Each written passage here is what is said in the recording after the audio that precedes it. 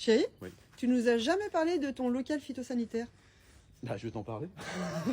En fait, c'est sur la liste des points de contrôle après le pulvé, tout le tralala. Et Ouais. tu dois avoir un local. Alors nous, on essaye de le faire le plus discret possible, que ça au moins pour te faire, parce que tu te fais voler. Ah, Donc il faut que ça soit automatiquement fermé à clé pour pas que des gamins puissent y accéder.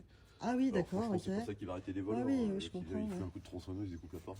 C'est surtout pour les enfants, pour pas. Mais les qu'ils gens accèdent. voleraient pourquoi? Parce que ça coûte cher? Parce que là-dedans, cette période de l'année, ça va, mais des fois, j'en ai pour 30 000 euros, 35. Ah. Chez Bernard, ils ont des caméras et tout le tralala, ils se sont déjà fait voler.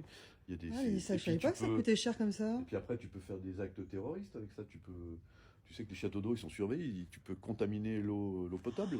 Les châteaux Ouais, d'eau, mais après, maintenant, ça ils ont des s'explique que finalement, il faut carrément y Et protéger. là, avec un bidon d'1 litre, mais tu contamines, tu fais crever 4 communes. Si tu verses le produit. Mais on n'y pense pas, ça. Bah ouais, bah si, c'est dans les protocoles Vigipirate, tout ça. Nos châteaux d'eau, il a un système de sécurité. S'il y a quelqu'un qui bouge la porte, t'as un mec qui débaroule dans les 20 minutes. Et après, ils isolent l'eau. Bah non, c'est hyper contrôlé. C'est vrai qu'on pense C'est pas à ce genre de facile, choses. tu C'est fais terrible. crever plein de gens, les gens se lèvent le matin. Donc voilà. Donc là, il faut que ça soit tout. Quoi qu'il arrive, le produit n'aille pas dans les nappes. Ah, Donc c'est tout d'accord. sur des étagères.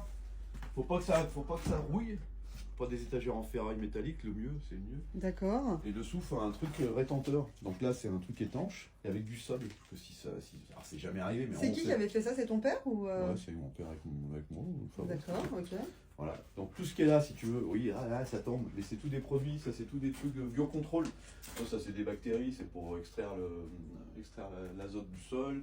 Ça c'est la même chose, le baséos, Besta, tout ça c'est des trucs pour augmenter la résistance à la sécheresse.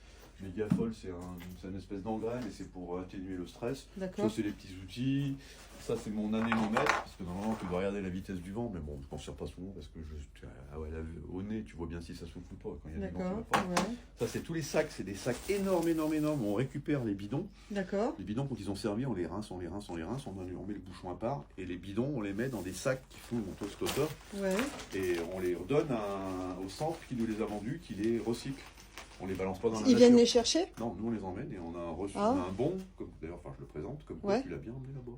Et D'accord. donc là normalement tu tries tous tes C'est bidons. payant ça, ce Non, service-là? gratuit. C'est Non, gratuit c'est- en plus, donc Ah, finalement. c'est payant, on a des redevances sur chaque produit. Quand D'accord.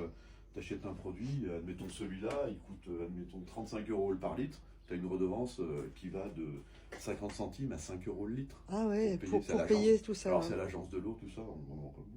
Voilà, donc là c'est tout trié. Alors j'imagine que j'ai pas trié comme il faut, parce que moi j'y trie par culture, par fonction, mais normalement tu dois trier par dangerosité. En fait la dangerosité derrière c'est derrière. Toi là regarde.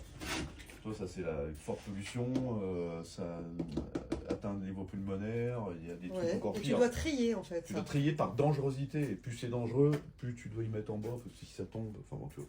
Moi Ok. c'est jamais tombé, mais bon c'est jamais. Voilà. Et tu te dois de connaître tout ça. Tu dois tout savoir.